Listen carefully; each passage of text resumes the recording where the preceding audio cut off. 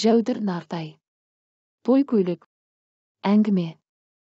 Алматыдағы оқуымды аяқтаған соң, жатақханадан шығып қалдым да, әп сәтте алып шаһарға керексіздігім мен бөтендігім сезіліп, амалсыз туған жеріме, Созаққа оралдым. Әттегеннен бейнелеу өнері пәнінің мұғалімі деген күректей дипломмен мені мектепке жұмысқа ала қоймады. Мұғалім боламын деген үмітім күн өткен сайын түгесіліп, аудандық бос орындар жәрмеңкесіне қатысып жүріп, кітапханаға сирек кітаптарды желімдеуші болып жұмысқа орналастым. Мен жұмыс істейтін аудандық кітапхананың кітап қорын сақтау бөлімі төбесінен су өтіп, қабырғасы қақыраған кісі баласы көргісіз ескі кабинет болып шықты. Ең сорақысы, небір құнды кітаптар жауыннан аққан судың кесірінен бүлініп, жарамсыз болып қалған. Менің алғашқы жұмысым бүлінген кітаптарды желімдеп шығу болды.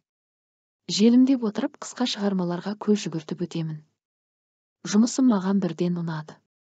Мынау өзі дәп маған арналған жұмыс екен. Кітаптың жыртығын жамап отырып, мазмұнын оқып шығуға болады. Егер қызықтырып әкетсе, түгел оқып шығуға да уақыт табылады. Ең бастысы, ынта мен зейін болса жеткілікті. Мен бұл жұмысты қараңғылықтан арылу жұмысы деп атар едім, және сол жұмысыма ақы төлейді. Ғажап.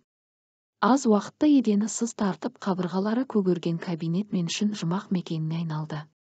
Сөрелерде шаң басып сіресіп тұрған кітаптардың әрқайсысын ақтарып күн ұзаққа кабинеттен шықпаймын. Арасында жапон, түрік, орыс әдебиетін түгесіп, әлем әдебиеті сөресінің Африка әдебиеті бөліміне келгенде біраз уақыт бөгеліп таң-тамаша болдым. Нигерия, Кения ауыз әдебиеттерінің орыс тіліндегі нұсқаларын оқып отырып, бұлардың да өз Мұқағали мен Жұматайлары бар болғаны ой сонда. Ал мен қара халықтардың бар өнері ән салу мен би билеу шығар деп ойлаппын.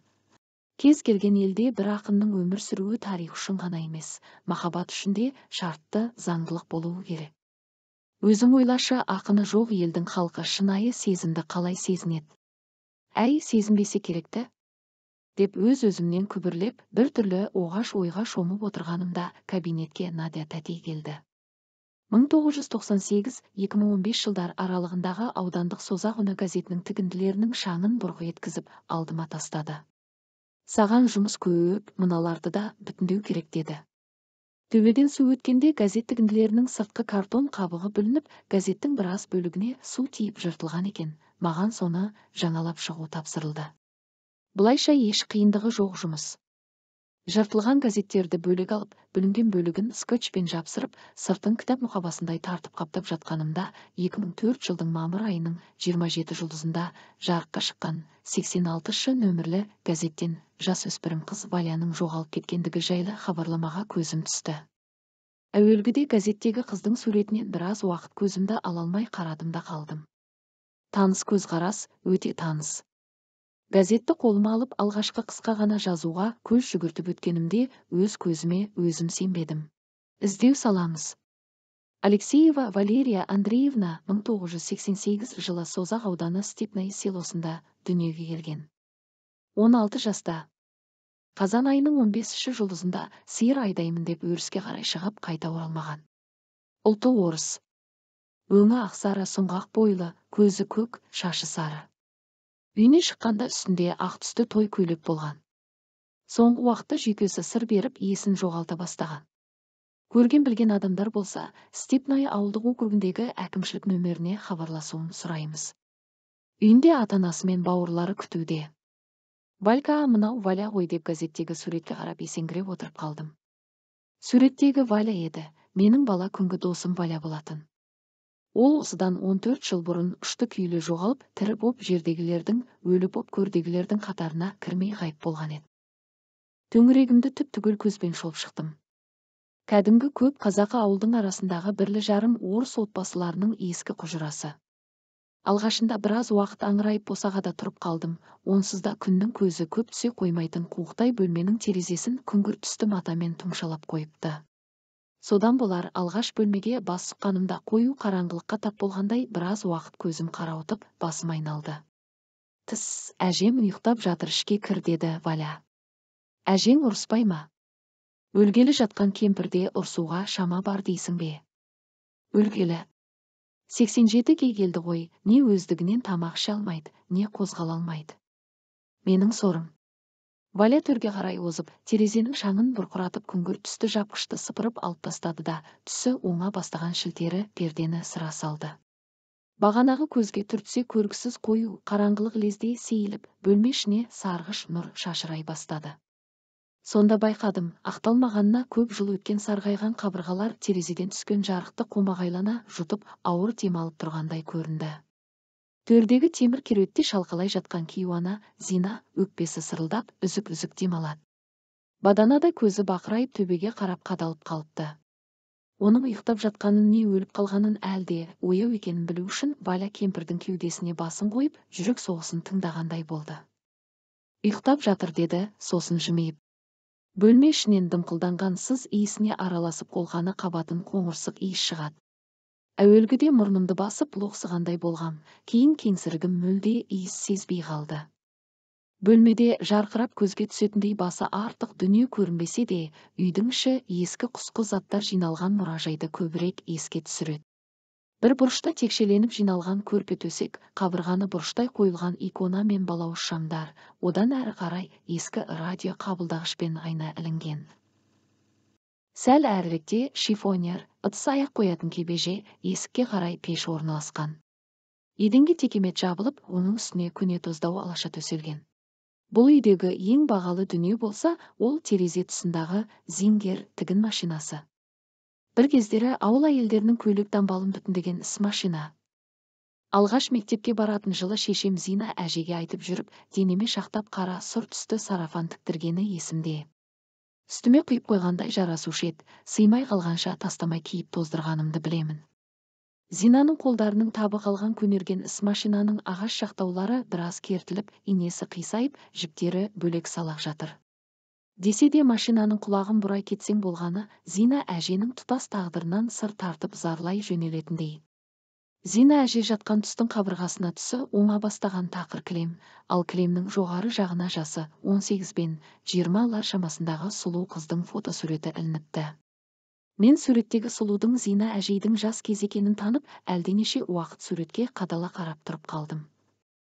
Бетінің ұшындағы ерке шұңқыры білінер-білінбес жымияды, мәңгі жастықты, мәңгі сұлулықты сол ерке шұңқырына ертіп құя салғандай. Егер сол сұлу ажар тағы бір мәрте жымиса, бүкіл әлемге сұлулық нұры төгіліп түсерде еді. Неткен сұлу, деп күбір еттім.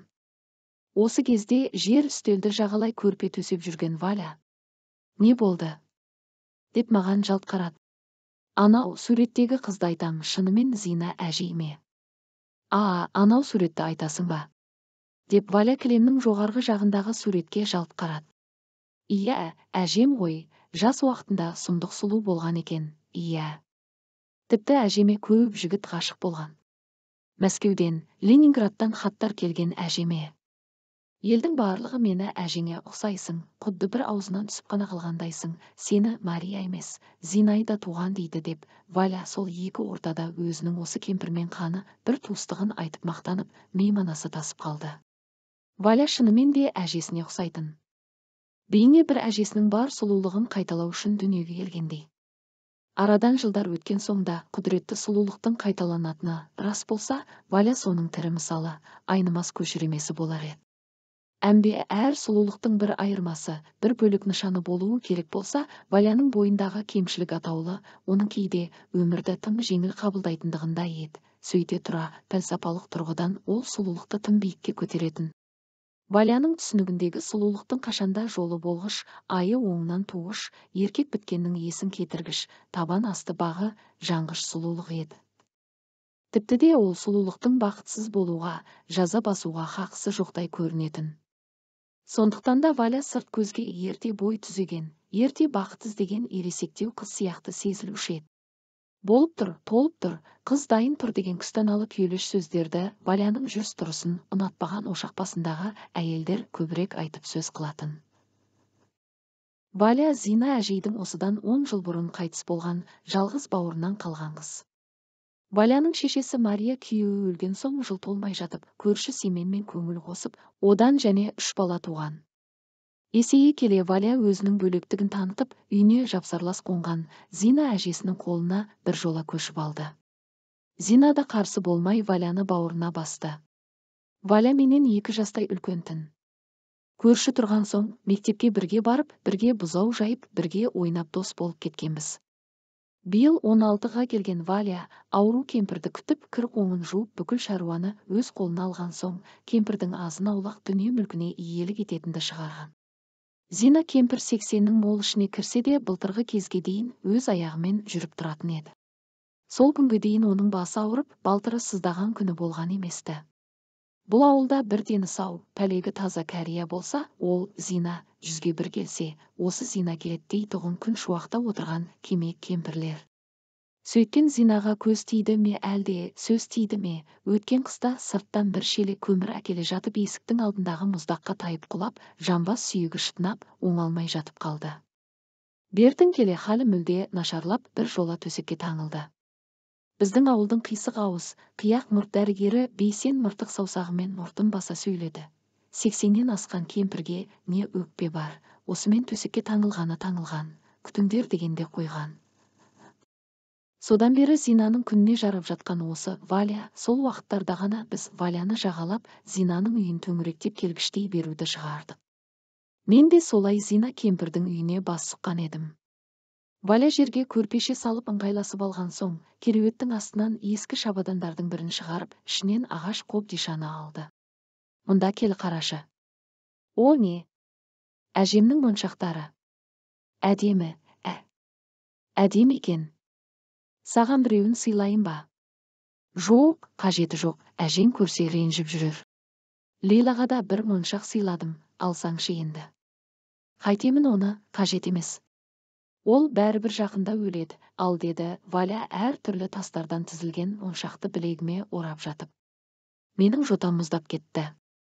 Бейне бір ұрлықы іс жасаған адамдай темір кереуетте өлі аруақтай ұзарып үнсіз жатқан Зина кемпірге жалт қарадым. Ояу екен. Кіреукеленген кәрі қабағының астынан көшіп бара жатқан өмірдің ең соңғы сәулесі жылт етті де қайта сөніп қалды. Мен Зина әжейдің жанарына ұзақ қарай алмай, жүзімді бұрып әкетіп Валяға. Әжең ояу жатыр деп сыбырладым.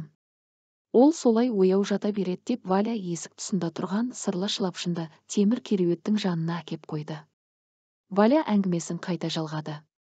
Кеше мектепте би кеші болды, сен неге келмедің? Әкем жібермеді. Ал сен әкеңе айт, Валяның үйіне барамын деп. Уах! Өлсе де жібермейді, мойнымды үзіп алсын тура. Баласың ау, әлі алдауды да білмейсің. Лейла сияқты болмайсың ба, кейде сужықпастық мінез де керек адамға. Ал ертеңгі болар би кешіне келесің бе? Жоқ, бара алмаймын, ертең сағат 8-де Симба жайлы ертегінің 2-ші бөлімі болады, інім екеуміз соны көреміз. Симба? Ха-ха-ха, сен әлі мультфильм көресің бе, бала? Валя мені үнемі солай мұқататын, бірақ онысын мұқату деп ойламайтын. Ол өзін тәуелсіз бой жеткен сезінетін. Білесің бе, саған қарағанда анау кластасың Лейла ерте бой жетті. Махы. Кеше екеуміз би кешіне бардық. Лейла менің жылтыр моншақтармен кестеленген жейдемді сұраған, бермедім, есесіне джинсы сарафанымды киіп кетті. Жуып әкелсе дұрыс болар еді, Лейланы білесің ғой, салақ. Бір мәрте шалбарымды би кешіне сұрап киіп, тізесін 2 метр алға шығарып әкелген деді, шабадандағы жылтыр орамалдардың бірін мойнына орап, айнаға қарап жатып. Валя айнадағы өз келбетіне тесіліп ұзақ қарағанды, ырғалып билегенді, қасы көзіне сүрме жаққанды жақсы көретін. Мен сұлумын, деді қайтадан айнадан маған тесіле қарап. Сұлусың.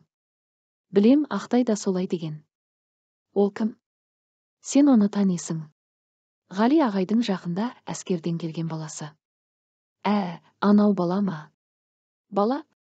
Қайдағы бала? Ол сымбатты жігіт деп Валя көкшіл көздерін төңкеріп қуқылана күлді. Бір рет артезиан басынан көргем, солдаттарша киініп алыпты. Бірақ жүзін анық көре алмадым, алыста тұрды. Сен оны жақыннан көрсең ғой.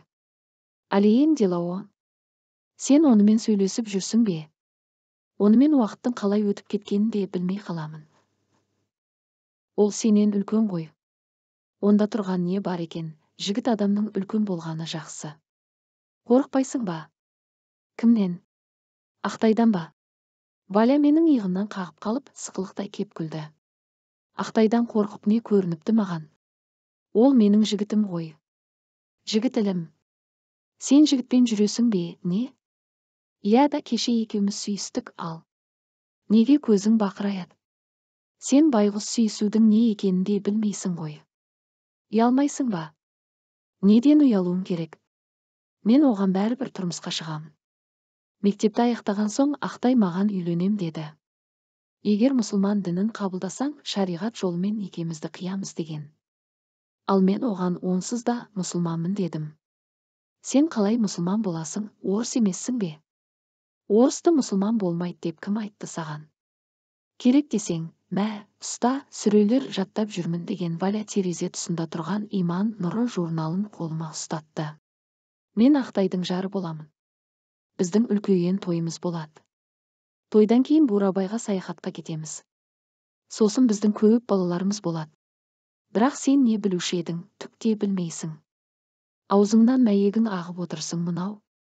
Сен ба көремін дейді ғой таға деген Валя маған кекесінен қарап, иегін көтеріп, шаштарын үлкен қыздарша сілкіп-сілкіп жіберді. Осы кезде төсектегі Зина кемпірдің Валькаға деген дыбысы құмыға шықты. Сен шыға тұр, мен әжемді тосуым керек деді Валя. Қайта ішке кіргенімде Валяның бір жапырақ шүйкедей кемпірдің іш көйлегін жұлқи түймелеп. Не айтып ызыңдай бересің, қақбас, жатты қата қалшы, қай сөзіңді ешіктеп отырамын деп айқайлап жатқанының үстінен түстім. Әлгінде төсекте жатқан кемпірдің енді шоқиып отырғаны тіпті сұсты көрінді. Мұрны құстың тұмсығындай ұзарып, көз айналасы қалталанып, аппақ қудай ажары әлдеқашан арғы дүниелікке айналса да, қу жаны ғана ауада ілініп, қалықтап тұрғандай еді. Мен тағы да кілемнің жоғарғы жағындағы фотосуретке жалт қарадым. Анау суреттегі арудың мынандай өлмелі кемпірге айналғанына сенгім келмей, денем түршікті. Валя мені көріп аз қысылып қалды. Бірдеңелерді айта береді, сөздерін жөндеп ұқпаймын деді қабағын шытып. Әжесін төсекке жатқызған соң, Валя ескі шабаданды қайта ақтарыстыра бастады. Мынаны қара, хаттар. Апамның жігітінің хаттары болса керек деп бір бума сарғайған хаттарды біраз ақтарып шетке ысыра салды. Сосын көне альбомдар, ескі жедел хаттар мен ашық хаттар, сарғайған суреттерді бірінен соң бірін сапырылыстырып, араластырып қарай бастады. Мен Зина әжейдің суреттерін жинап алып тағы да үңілдім. Бір суретте дәл осы бір бөлмелі үйінде ауылдың қыз жігіттермен қосылып ән салып отырса, енді бір түссіз суретте жап-жас, әрін бермеген талдырмаш сұлу билеп жүр. Уайымсыз, қамсыз анау ажарындағы сұлу әлем мәңгі тұрақтайтындай, өзі өмір кешіп жатқан совет дәуірі мәңгі мызғымайтындай, уайымсыз және қамсыз билеп жүр. Енді бір суретте шашын жоғары қарай түйген, іс машинасына сүйенген қалпы сурет болып қатқанда қалған. Бұл кезде шамамен 40-тарға таяған кезі болса керек деп ойладым. Барлық суреттердің арасынан бір сурет көзіме оттай басылды. Жап-жас Зина қолына кішкентай нәрестені ұстап аймалай сүйіп тұр. Зина әжейдің баласы болған ба? Бар деген аты ғана. Ондай баланың барынан жоғы деді Валя суретке жаратпай қарап. Неге? Неге дейтінің бар ма? Кентауда тұрады. Шешесін іздеп бір рет келген емес. Неге іздеп келмейді? Әжем айтады, дуаланып қалған сормаңдай деп. Әйтеуір бір хақол әйелі бар көрінеді, әжеммен араз дейме, бірдеңесі бар деді. Валя келесі шабаданды ашып жатып. Ал күйеуі қайда? Әжем күйеуге шықпаған. Неге шықпаған? Қайдан білейін, әйтеуір шықпаған, бауырына қарайлаған. Неге бауырына қараған? Өйткені менің әкем әжемнің жалғыз бауыры болған. Әкем жастай жетім қалып, әжемнің тәрбиесінде өскен. Әжемнің жарты шашын менің әкем ағартқан. Менің әкем де оңай адам болмады. Түрмеге түскен, әйел де жіберген. Қайсы бірін айтайын, байғұс әжем қу бауырын жеткізем деп жүріп қартайған, сөйтіп жүріп уақытын өткізіп алған. Сонда өз өмірін інісі үшін құрбан қылған ба? Бағы жанбаған шығар. Сонда күйеуге шықпай қалай бала туып алған? Валя маған соны да білмейсің бе дегендей бетіме бажырая қарады. Сосын кереуетте жатқан кемпірден көзін ала бере, құлағыңды маған тошы деді, ентелей түсіп, 2 қабат боп қалған, түсіндің бе енді? Деп сыбырлап ерінін жымқырды. Екеуміз де бір мезет төсекте жатқан кемпірге үнсіз қарап қалдық. Зина әже ұйықтап жатты. Кейде ғана қабағын шытып өкпесі сыр-сыр етіп тұншыға жөтеледі. Баланы өзі үшін туғанмын деп ойлаған ғой байғұс, бір шөп желкенің соңынан кетерін қайдан білсін. Қайран әжем, жарты ғасыр жалғыздықта өткен сұлулығың жердің бетінде тозғаны аздай, енді жердің астында шірейтінін ойласам жүрегім қарсы айырылады. Ех, сорлы әжем. Жатсын қарашы. Қу сүйек. Небір қазаққа тиіп, қазақ ортаға да сіңіп кете алмады. Әжемнің ажарымен Голливуд әртісі болуға болар еді ғой. Ал бұл жалғыздан жалғыз құла дүзде құсалы ғұмыр сүре берді. Мен кейде осы кейбір құсалы сұлулардың ешкім көрмеген өз сыңарлары бола ма екен деп ойлаймын. Сосын олар өз мұңдарына өздері ғашық болып қалатын шығар. Өзің ойлашы, жас әрі сұлу әйел еркекке ғашық болмаса, кімге ғашық болады деп ойлайсың? Білмедім. Мұңға. Олар мұңға ғашық болып қалады. Сосын олардың жарты ғұмыры жалғыздықта өтеді. Оны саған кім айтты? Ешкім айтқан жоқ, өзім солай топшылаймын. Осындай ойлар сенің басыңа қайдан келеді осы? Мен өмір, махаббат, сұлулық, әйел мен еркектер жайлы көп ойлаймын. Әсіресе іш пыстырар тарих, әдебиет сияқты сабақтардың үстінде ойланғанды ұнатам. Әжем сияқты жалғыздан жалғыз қартайып кетуден қорқам. Сұлулық деген мәңгілік емес қой, ол да мұз сияқты, қай кезде еріп кеткенін білмей қаласың. Ал жалғыз қартаю тіпті қиын, жүрегіңді мұң басады. Санаңды сағыныш қариды. Қартайғаныңда көз жасың у татиды. Ондай әйелдердің зары өздерін ғана емес, тұтас дүниені күйдіріп жіберуі мүмкін. Одан кейін ол әйел ғашық та болмайды. Ал әйел деген барлық жаста да ғашық болу керек. Кемпір болса да ма? Иә. Тіпті кемпір болса да, мен ғашық бола алмайтын әйелдерді әйелдер қатарына қоспаймын деген Валя еріне алқызыл түсті далап жағып, көз айналасын қара қаламмен бояп жатты. Валя кереуеттің астынан басқа шабадандардан едәуір үлкен шабанды шығарды. Бәлкім үйдегі барлық шабаданнан үлкені осы болса керек деп ойладым. Мына шабаданды ашу тіпті қиямет дерсің, кілті жоқ. Әжем кілтін бір жерге жасырып қойған, ал қайда жасырғанын ұмытып қалған. Дүние қоңыз ғой, ой, дүние қоңыз деген Валя төсекте жатқан кемпірге қарап даусын көтере сөйледі. Кемпірдің өкпесі сырылдап күрк-күрк етті де дамыл тапты. Қызық, мына шабаданның ішінде не бар екен, өзі бәледей ауыр деді. Валя ені үлкен сүйекті шабаданды ышқына тартып дүңк-дүңк еткізіп жұдырықтай бастады. Кітаптар шығар. Жоқ, мен олай ойламаймын, оның ішінде бағалы құндыз тондар болса керек. Мамам, әжеңнің бағалы тондары болған, ешкімге кигізбеген, не өзі жарқыратып кимеген, ұшты күйлі жоқ болды деп айтқан. Бәлкім сол тондар шығар деген Валя шабаданның құлпынысымен шұқылай бастады. Өмір бойы тігінші болған адамда қайдағы ем байлық болсын, мүмкін шабаданда бағалы маталар бар шығар. Деймін, мен де шабаданның жұмбағын шешкім келіп. Осы кезде есіктен Лейланың басы көрінді. Не істеп жатырсыңдар, ұрылар? Деп даусы саңқылдап ішке көңілді енді. Әжемнің шабаданын аша алмай жатырмыз. Кілті жоқ деп Валя қолындағы сымды көрсетті. Қане, мен көрейінші деген Лейла бұл үйге күнделікті келіп кетіп еркінсіп жүргенін білдіріп, Валяның қолындағы сымды жұлып алып, шабаданның саңлауына үңіле берді. Осы кезде төсекте жатқан Зина әжей есікке басын бұрып, бірдеңе айтқысы келгендей иегін қақты. Не болды, Зинаида Алексеевна? Деді Валя әжесіне бұрылып. Ашпа, аға, дегендей жастықтан басы көтеріліп, тамағы қырылдай ишара білдірді кемпір. Түу, не дей бересің? Өлетін шағыңда да тыныштықпен өлмейтін не деген кемпірсің өзің? Мұның барлығын көрге ала кетпейтін шығарсың енді деген Валя кемпірдің аяқ жағындағы көрпені қымтап, жастығын түзеген болды. Зинаның иегі дірілдеп, тарамыс саусақтары сәл көтерілді де, кеудесіне қайта құлады. Кемпір басын кілем қабырғаға бұрып әкетті де, кәрі кеудесі сырылдап кемсеңдей бастады. Мен Зина әжейдің аянышты халіне жаным ашып, жүзіне үңіліп қарай бердім. Оның иегінен төмен сырғып жастыққа тамып жатқан көз жасына қолымды тигізгім келетін сияқты. Әлгінде Валя айтқан сұлу да бақытсыз әйелдің көз жанарындағы онсыз да арса-арсасы шыққан байғұс кемпірдің қу сүйегін кеміріп бара жатқандай иегінен жылбысқылана ағып, сай-сай шыққан кеудесіне құлаған. Зина әже, жыламашы деп кемпірдің селдіреген ақ шашын қайырып, былшықтанған көзінің жасын сүртуге оқталғанымда, Валяның Құдай үшін мазасын ала бермеші, ұйықтасын деп күңкілдегенін естідім. Адамның кәрілікті мойындап, өлімге бет бұрған сәтінде санасын қандай ой шарпиды екен деп ойладым. Бәлкім олар бүкіл өмірін кино лентасындай қайта көз алдынан өткізіп, бақытты сәттерін еске алып, бір кездегі қателіктерін ой безбеніне салып, іштей тағдыр тарасымен өлшер.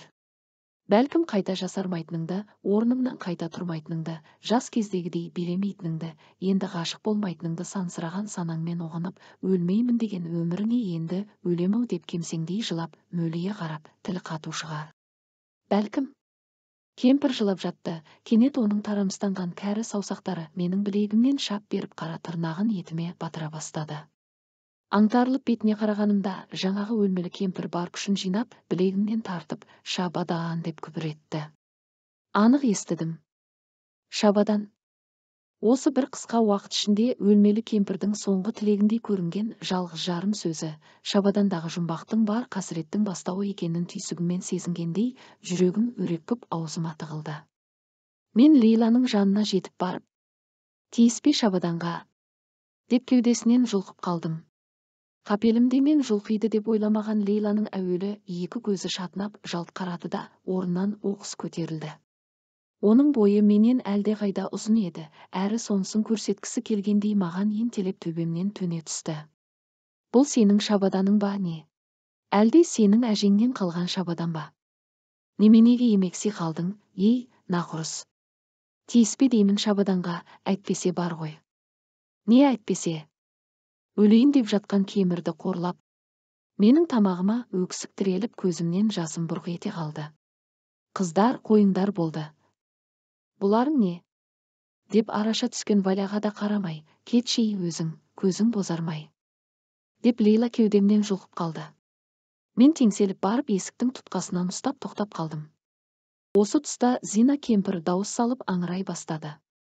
Оның ендігі жанталасына қарап тұру мүмкін емес еді. Бейне бұл дүние мен арғы дүние арасында азынаған тас боран кемпірдің көмейінен атқылап жатқандай еді. Мен екі құлағымды таршауып дәлізге атып шықтым. Валя әжесін тыныштандыру үшін төсекке қарай жүгірді. Зинаның аңыраған азалы үні бүкіл дүниені теңселтіп, төбе құйғаны шымырлатып жіберді. Қасыма Лейла келді. Бәрі сенің кесірің, жармес деп кеудемнен тағы да жұлқып қалды ол. Лейла мен Валя Шабаданның құлпын бұзып аша алмай әлекке түсіп жатқанына жарым сағаттай уақыт болған. Бұл уақытта Валя кемпірге дәрісін беріп ұйқыға жіберді. Мен жылап көзім ісіп, бөлменің бір бұрышында шашылып қалған түймелерді теріп, құтыға жинап жаттым. Лейла мен Валя Шабаданды таспен ұрып, ақыры құлпын бұзды. Ашылды, деп маған жалт қарады Валя. Лейла Шабаданның бауларын босата бастады. Шабаданның ішінен алдымен 1952 жылы жарыққа шыққан Труд газетінің сарғайған ескі қиындылары шықты. Лейла жалмашан Шабаданды ақтара кетті. Мынаны қара, топли деп күліп жіберді. Газетке оралған аппақ туфли екен. Жап жаңа, киілмеген, бірақ Шабаданда жатып сыры сынып, мұжырайыңқырап қалыпты. Тағы не бар екен, ақтар, деп жатыр Лейла тағаты таусылып. Валя тағы да ескі газеттердің орамдарын жаза бастады. Охо, қобдиша, деп Валя кішкентай ағаш қобдишаны шығарып шайқап көрді. Сылдыр-сылдыр еткен дыбыс анық естілді. Лейла Валяның қолындағы қобдишаны жұлып алып, құлағының түбіне апарып тағы шайқап көрді. Екеуі кішкентай сандықшаға таласып тармасып отырып, неке сақинасына ұқсайтын сыңарлы қос жүзікті алды. Алтын-ау деймін деді Лейла кішілеу жүзікті саусағына тағып жатып. Орнына сал, деді Валя сандықшаны ашып Шабаданның егесі өзі екенін білдіріп. Екеуі енді Шабаданға тереңірек үңіліп қаза бастады. Сөйтті де жылтыр қағазға оралған көлемділеу затты шығарды. Бұл не? Дейді екеуі бір-біріне қарап таңырқап. Қағазын жырту керек деп Валя жылтыр қағаздың орамын жұлмалай бастады. Оған Лейла көмектесті. Жылтыр қағаздың ішінен етегі шұбатылған аппақ шілтерлі көйлек көрінгенде. Охо, іш көйлек, деп таңқалды Лейла. Той көйлек, деді Валя көйлектің етегін ұстап көріп жатып. Мынау той көйлек пе? Бұрынғының той көйлектері осындай болған. Әдемісін ай, жап жаңа ғой өзі. Мұның патасы да болу керек деп Валя шабаданды қайта ақтара бастады. Ендігі уақытта Валя үстіндегі шыт көйлегін шешіп той көйлекті кие бастады. Жібін байлашы, түймесін сал, фатасын әкел, деп Лейланы жұмсап жатты. Өңір жиегі алтын жіптермен кестеленген көйлек Валяның мүсініне құйып қойғандай жараса кетті. Шіркін ай, осы түрімді ақтай көрсе ғой, деген Валя айнадағы өз келбетіне өзі сұқтанып ұзақ қарап қалған еді.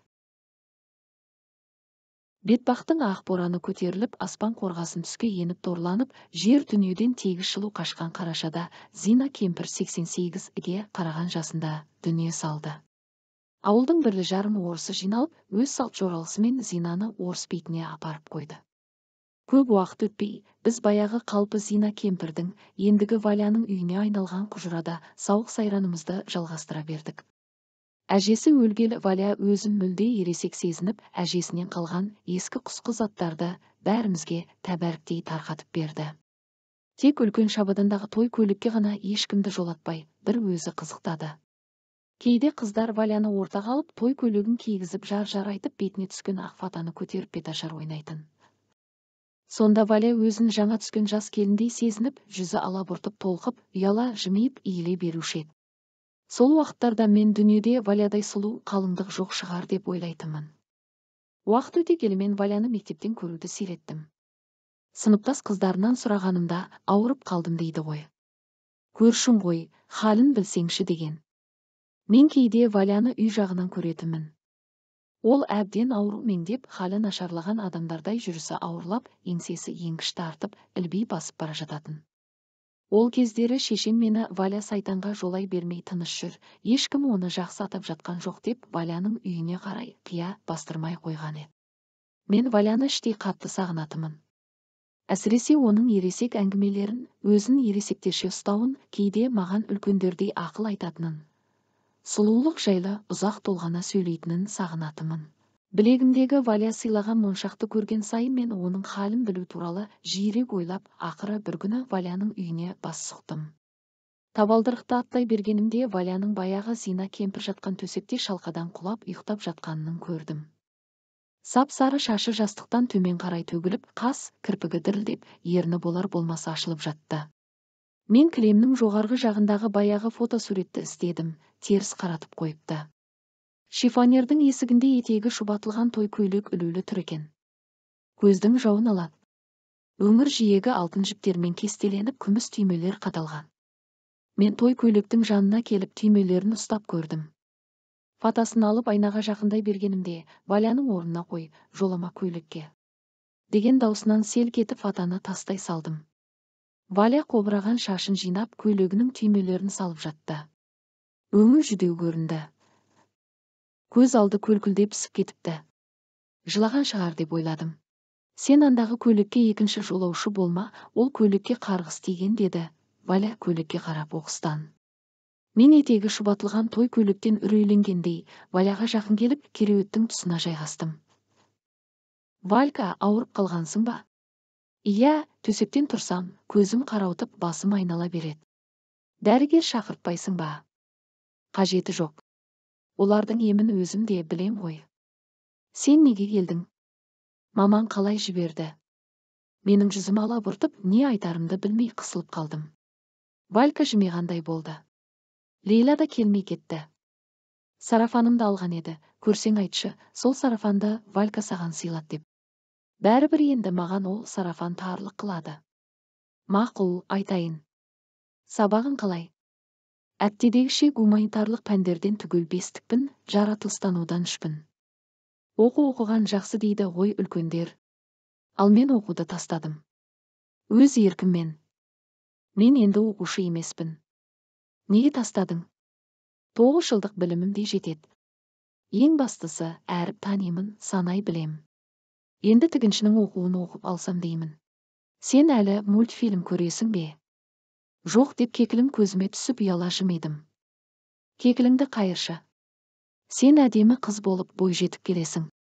Сен өзіңнің әдемі қыз екеніңді білесің бе? Деп бір уақыт бетіме тесіле қарады Валя.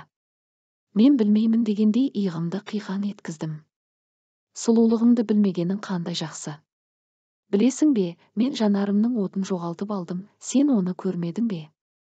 Некесі қиылған әйелдер жанарының отын ошағына береді екен. Ол ошақтың оты маздап жанып ешқашан сөнбейтін көрінеді, ал менің отым ұшты күйлі жоғалды. Сен соны көрмедің бе? Сен менің отымды тауып алсаң өзіме қайтаршы, жарай ма? Деді сұраулы жүзбен. Мен Валяның сөздерін жөндеп ұқпай бетіне қарап аңырап қалдым. Бір түрлі оғаш, екі есті сөйлейді, бір жағынан айтқан сөздерінен үрейленіп үйге кетуге ыңғайлана бастадым.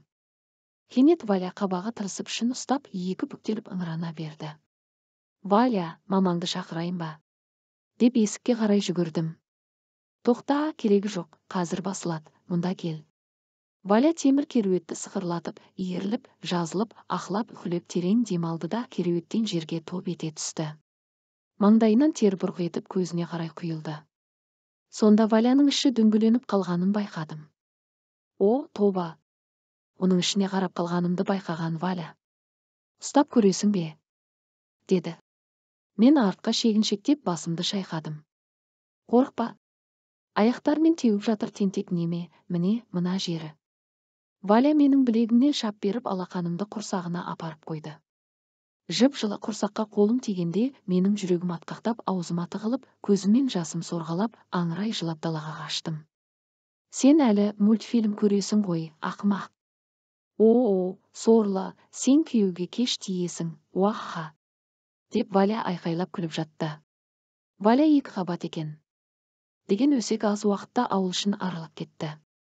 Екі әйелдің басы қосылған жерде, кезеген аяқ боқпаса демекші, Марияның осы қызы ерте бойжетті ғой, Ғалидың баласына өзі барып асылған дейді ме? Орыспысың деген, баланы туам депті ғой ақыры. Ғалидың баласы баланы мойындамай, Алматыға қашып кеткендей ме? Ол шешекті соттатпай ма, қолымен істегенді мойнымен көтерсін. Деді бірі. Валяны мектептен шығарып жібергені дұрыс бопты, әйтпесе директорден бастап мұғаліміне дейін түгел ұшатын еді деген әйелдер тұс-тұстан өсектің отын қоздатып жатты. Бір күні қыз жынды болып қалыпты, Мария не істерін білмей молдаға дем салдыртыпты деп бір шулады. Заты орыс немені оқытқаны несі, шіркеуіне ме, монастыріне ме апармай ма? Деп шамырқанды әйелдер. Шешем таңертең мені оятып бұзаудың бас жібін ұстап тұруымды, сосын сиырды өріске айдап қосуымды айтып оятты. Мама, бүгін жексенбі ғой, жата тұрайыншы деп төсектен тұрмай ыңыранып біраз жаттым. Ондай уақытта шешем маған қыз баланың ерте тұрғаны өзіне жақсы екенін, болашақта күйеуге тисе, пысық әрі епті келін болуға осы бастан дағдылануым керектігі жайлы қалыпты қазақ әйелінің түсінігіне тән ақыл кеңестерін айтып күңкілдеп кетеді. Менің күйеуге тиюіме кемінде 10 жыл уақыт бар емес пе, әлі кішкентай емеспін бе, мама? Дедім жастыққа жабысқан қалпы. 10 жыл. 10 жыл бойы не істемексің? Валя сияқты бүлініп қалып жүрмекпісің, қатын. Мама. Кішкентай деп жүрген Валя ма? Жаңа көрдім, қарны шермейіп сиыр айдап барады. Үстіне етегі шұбатылған ақ көйлек киіп алыпты, тоба. Тәте, менің тойым болады, күйеуге тиім деп ыржалақтайды. Сорлау, өмірдің бар қызығы күйеуге тию болса, оған да үлгіресің ғой, несіне асығасың?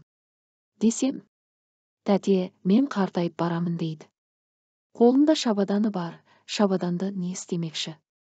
Жазған қыздың шынымен есі ауысқан ау деді мамам алжапқышын байлап жатып. Валяның сиыр айдап өріске кетіп бара жатқанын естіп менде асығыс-үсігіс киініп, қорадағы алакөз сиырды шығарып өріске қарай жүгірдім. Табын сиырдың арасында көйлегінің етегі жер сызып Валя кетіп барады екен. Валя, Валька. Тоқташы деймін деп дауыстап соңынан бүлкілдеп жүгіріп келемін. Валя бұрылып қараған жоқ. Валя деймін, Валя. Валя тіпті де сиырды табынға қосу үшін шықпағандай, ал сапарға шыққандай қолындағы шабаданнан мықтап ұстап алыпты, асығып барады екен. Мені ентіге басып жанына таяп. Валя, қайда барасың деймін саған? Деп иығынан қозғамақ болдым. Ол жүрісін кілт үзіп бетіме мағынасыз қарады да, қайтадан жүрісін жалғастыра берді. Валя, есіңнен алжасқаннан саусың ба, қайда барасың деймін? деп жеңінен тартқыладым. Валя жүрсін кілт үзіп бетіме тағы да қарады. Тойға барамын деді шәңкетіп. Валя, ауырып қалғансың ба? Жүр, қайтайық, ауыл артта қалды деп мен оның қолынан ұстадым, ол менің қолымды қағып жіберді. Жоқ, қайтпаймын. Тойыма барам, қалыңдық кешікпеу керек деп сандырақтай берді. Валя, ол жақта ел жоқ. Бетпақтың құла түзінде адасып қаласың ғой, жазған, жүрші, ауылға қайтайықшы деймін жалынып. Қайтпаймын ауылға, мені қайтарып не істемексіңдер? Бәрін білем, естідім, мені есі ауысқандардың үйіне жібермекші. Бәрің мені көре алмайсыңдар, сұлу болғаным үшін көре алмайсыңдар. Бағы жанып кетет деп көре алмайсыңдар. Қайран әжем ғана мені жақсы көруші еді, мен әжеме барам, ал сен қал осында. Деп Валя менің кеудемнен итеріп жіберді. Мен топыраққа аунап түстім. Ұшып тұрып енді оның шабаданына жармастым. Жүр үйге тейікші, Валька. Жүр деймін саған, үйге қайтамыз. Деп қолындағы шабаданына жабысып тартқылап жатырмын. Осы кезде Валяның көкпеңбек көздеріне ыза толып, зәрлене қарап шабаданды тартып тұрып, жібере салды. Мен шабаданды құшақтаған қалпы түйжантақтың үстіне қарай ұшып түстім. Тікенектері білегімді жырып, екі бүктелген қалпы сыңсып жылай бастадым. Валя шабаданын көтерді де бетпақтың күн шығыс жағын бетке алып жүгіріп бара жатты. Валя! Тоқташы деймін, Валя! Деп біраз жер көзімнің сорасы ағып соңынан еңірей жүгірсем де, Валя бөгелмеді. Барған сайын жүрісі жеделдеп, оның бұлдыр елесі енді көтеріліп бара жатқан күннің ақ жалқын түсті сәулесіне жұтылып жоқ болды. Енді бір қарағанымда оның ақ көйлек киген сағымы ауада қалықтап бара жатқан еді. Валя! Содан бері 14 жыл уақыт өтті. Валяны көрдім, білдім деген тірі жан болған жоқ. Алғашқы жылдары сиыршылар өрістен қайтқанда. Байғұс қыз ит құсқа жем болған-ау, етегі дардар айырылған көйлектің қалдықтарын тауып алдық деп әр жерде шашылған ақ маталарды жинап ауылға келіп елге көрсетіп жүрді. Енді біреулер, Валя тірі екен деді, үлкен айналма жол арқылы Жезқазғанға қарай жүретін жүк көлігіне мінгесіп кетіпті, содан бір қойшыға күйеуге тиіп, арқада мал бағып жүр екен. Енді бірі, Валяны Шу өзенінің ұйығы тартып кетіпті, балықшылар көріпті, анда-санда ақ көйлек киген қыз қоға қамыс арасынан қол бұлғайды екен десті. Ауылдан Алматыға оқуға аттанған жастар қай жылы Валяны көрдік деп ауылды дүрліктірді. Валя тірі екен. Көк базар маңында тігін шеберханасы бар екен, тек той көйлектерін тігеді екен, ауылдастарына сәлем жолдапты деген сөз тарады. Валя менің көпке дейін түсімнен шықпай жүрді, ол өз тойында шыр көбелек айналып билеп жүр екен. Үстінде баяғы той көйлегі бар екен деймін. Валя өте бақытты көрінді, мені де биге шақырып сыңғырлай кеп күледі. Ал мен болсам, Валя, мен сенің жанарыңның отын тауып алдым ғой, тауып алдым, ол сенен қашып кетіп, менің жанарыма тығылып қалыпты деп самбырлап сөйлеп жатыр екенмін. Тыңдағандарыңызға рахмет. Арнамызды қолдап, тіркеліп қоюларыңызды сұраймыз. Лайк басып, комментарийде өз пікірлеріңізбен бөлісіп кетіңіздер.